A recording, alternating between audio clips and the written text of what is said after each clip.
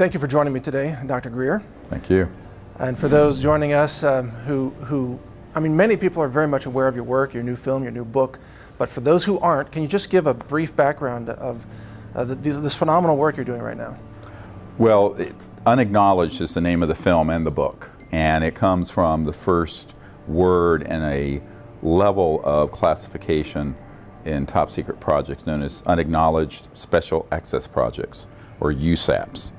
And USAPs are the crown jewel of secret covert programs, not all of which, but some of which deal with interstellar UFO and related so-called zero-point energy and free energy technologies. So this film is sort of an expose, as is the book, a more thorough treatment than the film even, of that. I mean, the film has been #1 on iTunes for most of the time since May. It's when it trending came on out, Netflix. and it's now in the top 1 or 2 on Netflix. And people are very interested in this because what we tried to do in the film is not preach to, the echo chamber of people interested in UFOs and all that conspiracy stuff, but really get to what not a conspiracy theory is about this, but what are the facts. So the book and the documentary focus on military witnesses, whistleblowers inside the Air Force, corporate aerospace sources that deal with this issue. So it has a provenance, and it has evidence for it that's solid. And that was really our objective, so that the man on the street who really knows very little about this issue could go to the film or the book and really get brought up to speed about it. Now, as you show in your film, there is an overwhelming amount of evidence to support many of these positions that you're explaining and revealing. And yet, despite the evidence, there remains, of course, a tremendous amount of, I wouldn't even say skepticism, I would say dogmatic denial of reality. Well, it's interesting. We've actually won the war but lost the battle. Let me tell you what I mean. When I first started, I'm a trauma doctor, emergency doctor by training. I left medicine to deal with this some years ago, and back in 2001, about 16 years ago, this past May, we had a National Press Club event in Washington where the first 22 of over 100 military and intelligence whistleblowers came forward. Now that event was seen by hundreds of millions of people all over the world, but the intelligence community globally and in the US particularly reached out to the big media and said, don't do follow-up on this. Yes. All right, now this we can prove. Now, interestingly, what that means is that when we started this effort, maybe 25 to 30% of the public thought UFOs were real and the government was keeping something secret. Now it's up near 60%. 43% of the public thinks we're currently being visited by interstellar civilizations, which we are. So this is something where we've, in a sense, won the war, but the battle of conventional wisdom and the media, that we haven't won, because contrary to what people believe, and I think that this is a central point to anyone listening right now. I couldn't have said this on May 9th when the film came out. I can say it here in September of 2017. That one of the central tenets of the film is that the military and intelligence community have folks in the major media who will spike or kill stories related to this. Now, no less a figure than a man who for almost a decade was a senior Air Force Office of Special Investigations, a counterintelligence official. Doty? Richard Doty, in the movie States Point Blank, that he used to carry bags of cash to people in regional, local, and national media. Oh, that's right. All right? Yes. To alter stories, to stop it from being covered, whatever. Yeah. Now, we also have Daniel Sheehan, who's a constitutional attorney. He did the Pentagon Papers, the Silkwood case, the Kerr-McGee case. It's Silkwood, if you've seen the movie. He's been our constitutional attorney since '01. He was involved in a project where he saw a document where there were 42 different people on the payroll of the CIA who were senior editor, particularly national security people, in the media around the world. And this isn't a conspiracy theory. This is a fact. Right. So the idea that we have a free press, we have a fake free press. We have a pseudo-free media. You can cover the blue stain on the dress for Hillary Clinton. You cannot cover this subject. It will be absolutely stopped. Now, when the movie makes this not just my opinion, but people who are on the inside and who actually outrageously, if you look at that clip, if you look at the whole Doty interview, which is available on our website, SiriusDisclosure.com, SIRIUS, like the star system, SiriusDisclosure.com, you'll see that he goes into some depth about the fact that, oh yeah, this was a routine thing that we did. And it's still going on. Now, the proof of it is that unacknowledged, well, I mean, when was the last time an indie crowdfunded film, crowdfunded by the public, which is the second largest crowdfunded film in history, that in itself is newsworthy, then becomes the #1 movie on iTunes for weeks and weeks and weeks. Almost never then happens. rockets to the top of Netflix. No major media entity will do a story. No major interviews in the national media. This proves the point that's made in the film, yes, that this is part of, quote, the cover-up, that the corruption of the media is rampant and outrageous. And forget the whole UFO and the fact that we have technologies that could get us off oil and gas and coal, which we do, locked in a black box in these USAPs. That idea that our democracy and our republic has been completely undermined by these fascists, anyone should be concerned about. Now, most people have their heads in the sand. What we're trying to do is pull people's head out, have them look around. Now, you talk about the FDA and the CDC and all these things. Those would be like the minor cover-ups. The crown jewel of the cover-ups, the disclosure of this information, #1, that we're not alone in the universe, which 70% of the public believe that, but that we've been visited, that we have acquired technologies that we've studied from but not only human research, starting back in the 20s and teens of the 20th century, but also from studying extraterrestrial vehicles that we've downed using electronic weapons and reverse engineered, that those technologies have been fully studied and have been reproduced and were fully operational by October 1954. So they've stolen our future. They've stolen, hijacked it. I call it, it's the what could lost have century. been. Yes. We could be living in greater abundance, in perfect health, over unity, energy. Yep. This documentary and book prove they exist. Would completely upend the power structure. And those folks don't want it upended. They want to maintain the hegemony of the petrodollar centralized economic system. I call it the slave system, that we're actually slaves living on someone's plantation. It's just not acknowledged anymore. So the alteration of the macroeconomic order into something of this big of a change would mean that every man, woman, and child village around the world would be energy self-sufficient, right, agriculturally self-sufficient. You're talking about the mass decentralization, right, of technology, putting into the hands, right, of people all over the world. And yet what we are witnessing today with the media consolidation of power, economic consolidation of power, and so on, is the centralization or the monopolization of power. Right. And the powers that be are now succeeding through Google, Facebook, the NSA fronts. They're succeeding now in dominating not just the economies of the world, but the very narratives, the ideas, what you can debate about, or what you will be caught saying, searching on Google or using right, an email. Right. So how do we now, is there a way that humanity can overcome that? Oh, sure. How Absolutely. do we do that? So I'm an emergency doctor, and we do something called triage. Okay, so for me as a doctor, looking at the triage, what we have to do, this is the top of the list, is to disclose this information, bring out the technologies that are, and put them into peaceful energy generation and completely transform the planet.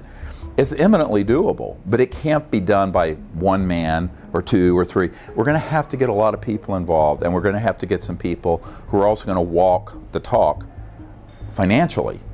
You find there are all these sort of pseudo fixes for the environment, trillions going into solar and wind farms. Notice those are centralized utilities. Right. And GE and all these big corporations. No one's putting any funding into the actual solution. Of course not. Because that would upset that whole structure. It's like there's no funding going into actual cancer cures. Sure. They need cancer to continue the cancer industry. Right, and the more we pollute the planet, the more people cancer rates go up. Even Absolutely. though you find it's like whack-a-mole medically. But this it keeps their system going. On the environmental way, if you look at the entire global biosphere, we're doing whack-a-mole environmentally. We're basically spitting in the face of a Category 5 hurricane, and it's just blowing right over us. But I mean, all the solar, all the wind, all those sort of solutions. It's too little. It's too late. And so what this movie and book are saying is, let's keep our eye on what the objective is. But to get there, it can't be some secret tech company in Austin or someplace doing a secret energy device. Because guess what? The people who have done that have had their technology seized under national security orders. Patents are always seized. And if you look at the movie, there's a report from the Federation of American Scientists, mainstream organization, came out in 2010, 7 years ago, that said that there are 5,135 patents that have been seized under national security order. So most people who work on these technologies try to do the conventional business model, venture capital model, tech model, and they always fail. Yes. So what I'm saying is, let's learn from history, not repeat it. And let's put together a solution. Now, that solution is, we may not have the perfect, if you look at the movie, this Air Force intelligence officer says, out of one of these interstellar craft, there was about an 18-inch rectangular translucent object that you could run a wristwatch or a whole city off of that was pulling energy from the zero-point energy field. And that's true. We may not come up with that in 2 years, but we could come up with something that would run your house, business, and car with no pollution and off the grid and no public utilities. Dr. Greer, in one of your YouTube videos that we did a story about on National News, you were talking about a possibility, correct me if I'm not paraphrasing this correctly, but a possibility that the advanced technology that our government owns could be used to fake contact or to create theater for the purpose, I believe, of a mass manipulation. Sure. So between 1953 and now, there's 64 years.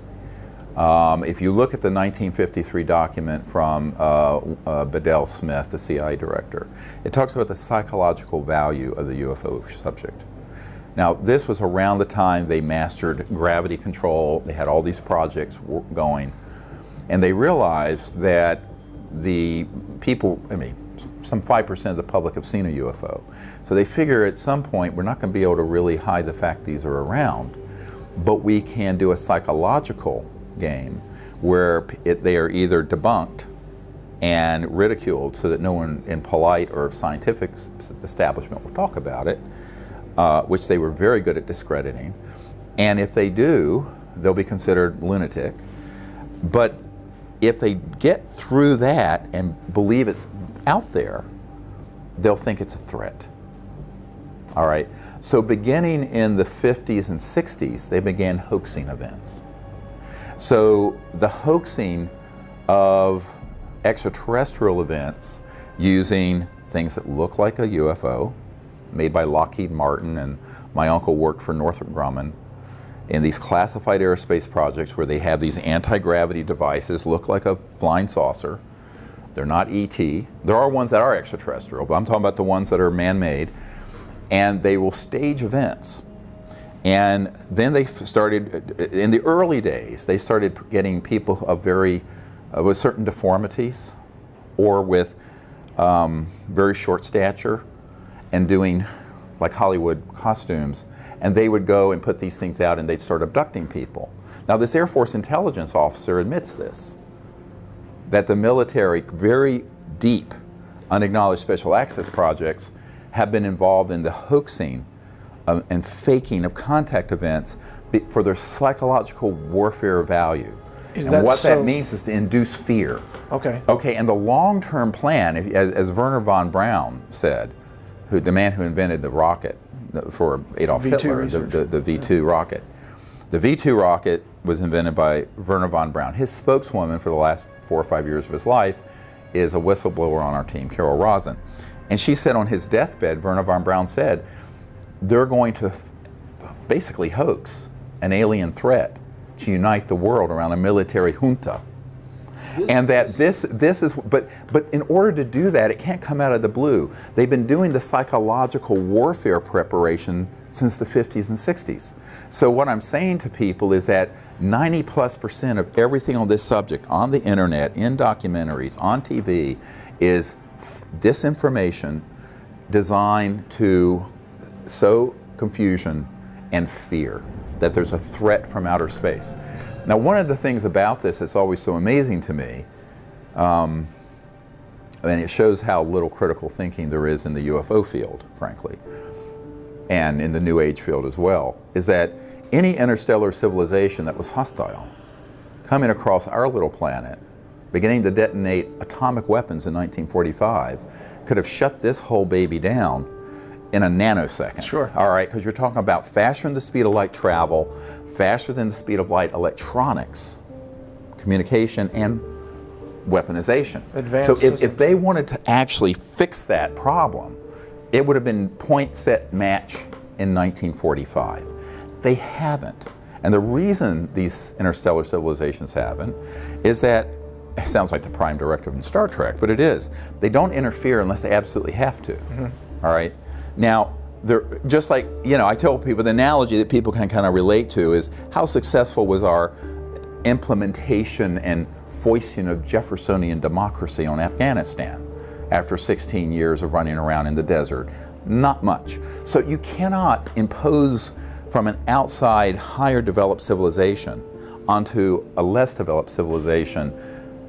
We have to evolve from within, all right? Consciously, spiritually, technologically. And if it's imposed from outside, it'll fail.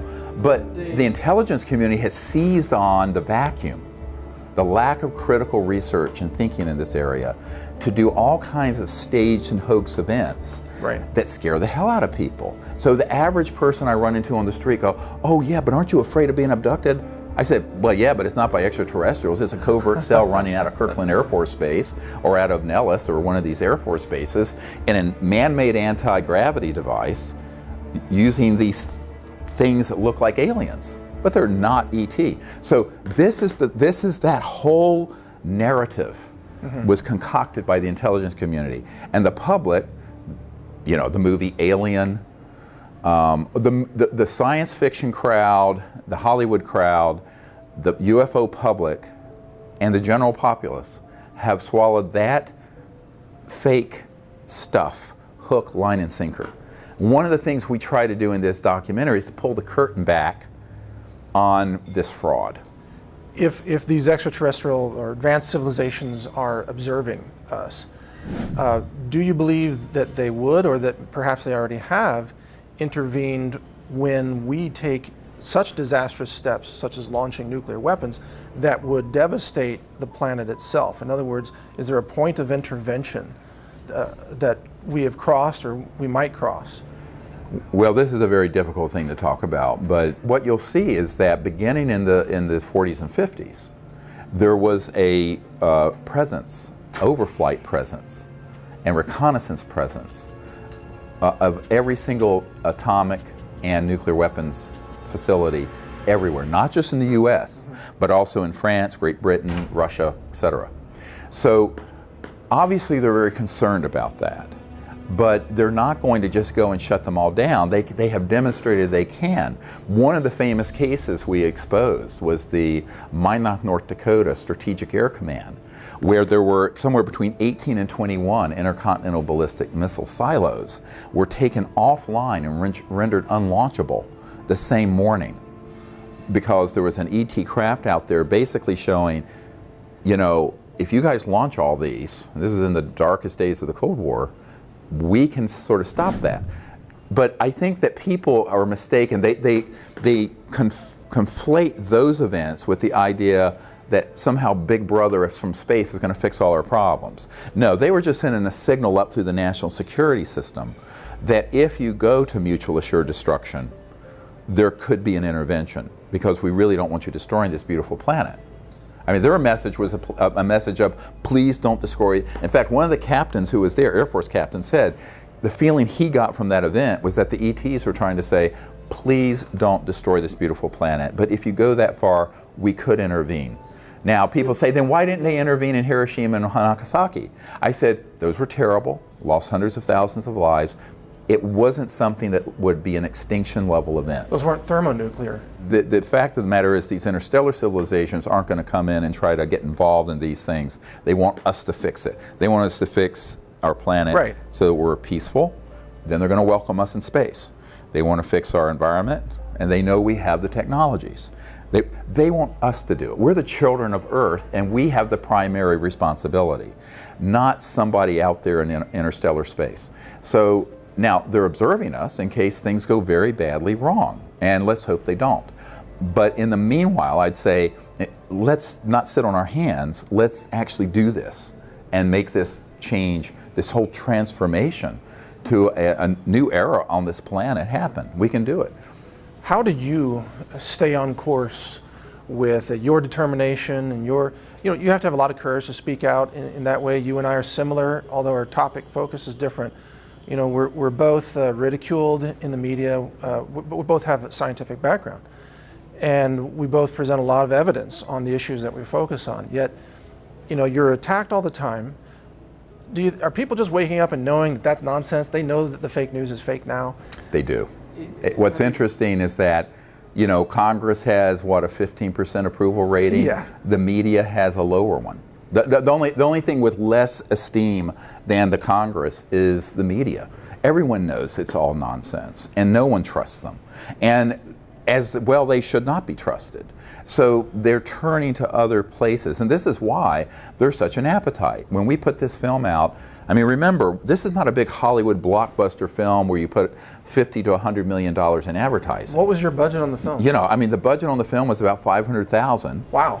And we did the whole movie for that. There was maybe $50,000 or so put into what's called prints and advertising, and it was #1. I mean, it was beating out $100 million films on iTunes and Netflix. You know, and I tell people this shows the power of democracy, and the bright side of this internet era is that we can do that now, and we couldn't have done that 10 or 15 years ago. So I say let's use the tools that are out there to our advantage while we can.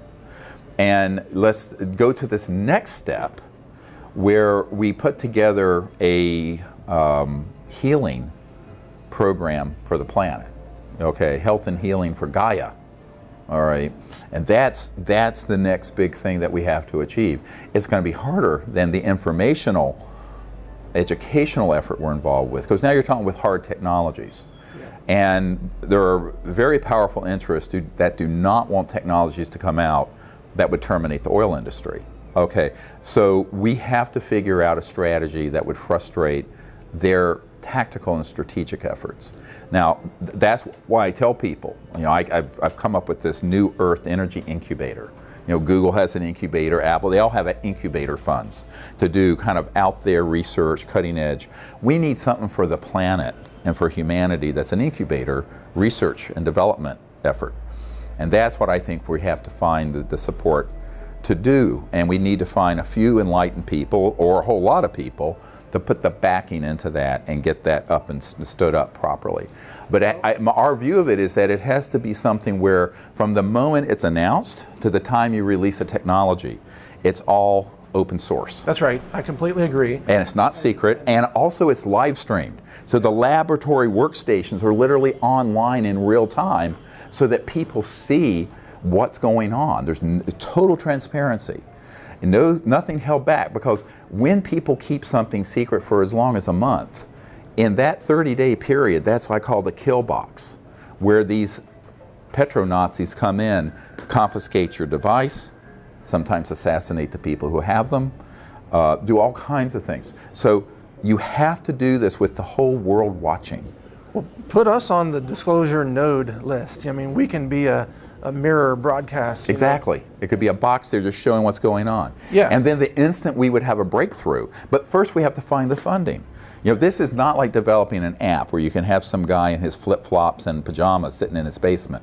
This is a serious physics. Okay, you're talking about high energy physics where you're creating a what's called a Poynting vector into this infinite energy field, and you better know what you're doing.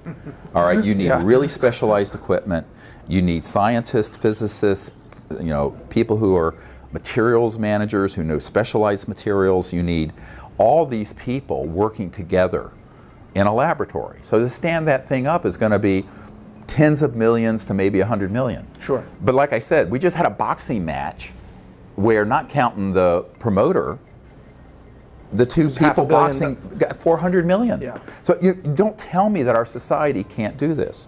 We can, but unfortunately most people don't understand what is at the core of the secrecy on the UFO subject. And the reason it's ridiculed so soundly and so expertly. And these people know what they're doing. These psychological warfare people, of course they really know how to discredit people. That whole secrecy is because they're protecting this crown jewel of technology that these petrofascists don't want out. I like that term. Let me offer this. Yeah. We have a privately funded, very advanced analytical laboratory. We do ICP-MS, mass spec instrumentation, time of flight instrumentation, and so on. Most labs won't touch the kinds of artifacts and soil samples and things that you want tested. Our lab is ISO accredited, internationally recognized. I'll test anything you want for free. Oh, great.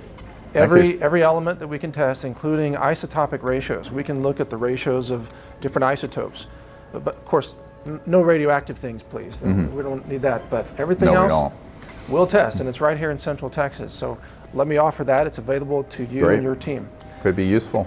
Absolutely. Looking at the composition of some unknown, object. Yeah, whatever. Occasionally something like that comes across my desk. Yeah. Yeah. We find there's a tremendous amount of censorship in science, that the only allowable science has to follow these very narrow categories. Right. What would you say to people who maybe are intrigued by science and maybe they want to go into the sciences, but they also want to be part of the solution, the big picture solution? They don't want to be part of this cabal of disinformation. Well, I think people who have that inclination need to organize, and it's all networking. I mean, the way that I've gone from an emergency doctor to now someone who's getting this information out to tens of millions of people, it's all grassroots. So we need to find people who are going to actually support serious, no pun intended, research and development in these areas of energy generation. And I think that anyone interested in that area, they can study it, but they cannot do it alone. Here's a cautionary tale. People who think they're going to sit in their garage or basement and do this, if anyone listening has a device like this that they're working on, or one that's operational, that they think they're going to take on the normal technology pathway, they need to get hold of us yesterday, and we'll then launch it. But they have, and we have people, we have people who can make them whole if they have something operational. And if they don't, they can end up being gone. Yes. Well, there's a whole team of people who had purchased the estate of Stan Meyer that had a water fuel car. And what people don't know is that he had a toroid. It looked like a donut. That was a 0-point free energy system. Oh, really? That had a national security order on it. Our team went there and saw it. Now, there was a group in Michigan that outbid us, an engineering group, and it disappeared into a black hole. They did it secretively. Next thing I know, their chief funder calls me up and says they're all running for their lives. Last I heard, they've all been assassinated, and all that technology is gone. So that's all recent. This is all in the last 5-10 years. Wow. So I tell people, you have to understand what you're dealing with here. This is not like inventing an iPhone or something. You're dealing with something that's making an end run at the entire global elites system, much more so than big pharma, much more so than medical stuff that you deal with. It's orders of magnitude beyond that. It's hundreds of trillions of dollars. So I think that people working in this area need to know what they're dealing with, because otherwise they think that, oh, well, I've invented this thing. And one of the sad things I've observed over the last 27 years of doing this is how many people have developed these devices, have tried to do the usual business and strategic or venture capital and distribution plan, and they've all vanished. Every single one of them. So if someone does have one of these, or they are working on something like this, please contact us and let us put it on a trajectory that will get it out to the public. And you know, if people have invested to get a certain point, we have folks on my team now that can make them whole, frankly, if they can prove it. Right. But here's what they got to do. It's got to be testable, Yeah, reproducible, right. and transparent. And they have to agree with an open source release of it. Absolutely. All right. And if not, I won't even talk to them. Yeah, they can't be a black box. I've spent almost $1 million of our funds going around the world with people who are brilliant scientifically, but they have no strategic knowledge, and every one of them have failed. So, you know, I mean, I have personally briefed CIA directors and people on the Senate Intelligence Committee, generals and admirals at the Pentagon.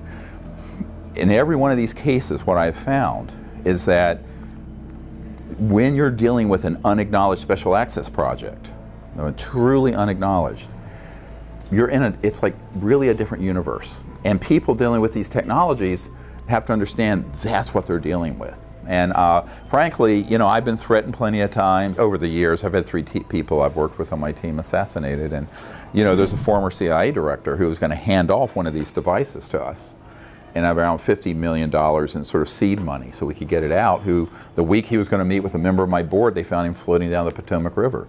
Absolutely true. Bill Colby. Everyone thinks it was an accident or he committed suicide. No. His best friend came to me and said he was taken out. Wetworks. It's called Wetworks Assassination Team. But so, again, he was trying to do it clandestinely. And I said, no, we have to do this with the whole world watching. Now, back in the 90s when that happened, you didn't have Facebook and Twitter and this and that and all the streaming capabilities. Now we do. We have the tools now that we didn't have 10 years ago. So I tell people, let's use them to our advantage this time. Peer-to-peer news distribution that doesn't go through Exactly. Google, it doesn't go through Facebook. All right, lastly to wrap this up, I want to acknowledge you and your work and thank you for what you're doing. Oh, thank you. And I want you to let you know that myself and millions of people who will eventually watch this really appreciate you sticking to your beliefs and not being one of those who gives in, compromises, gets bribed, gets silenced, because those people don't matter. It's people like you who stick to your guns who really change the world. So thank you. Thank you. And you have to have that kind of vision. And people tell me, what makes you tick? I say, well, I have a vision where I can see past the current state of the world to a planet that is at peace, has no poverty, the environment's pristine, but high tech, but decentralized, completely decentralized. That is doable today. And so that's a beautiful world that we could have. And then we can go interstellar.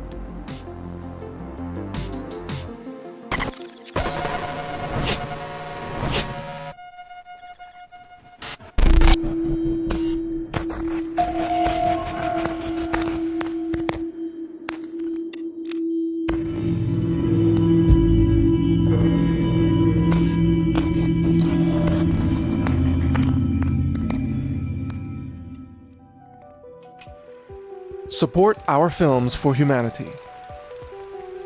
Visit healthrangerstore.com. The cleanest lab-verified health products in the world.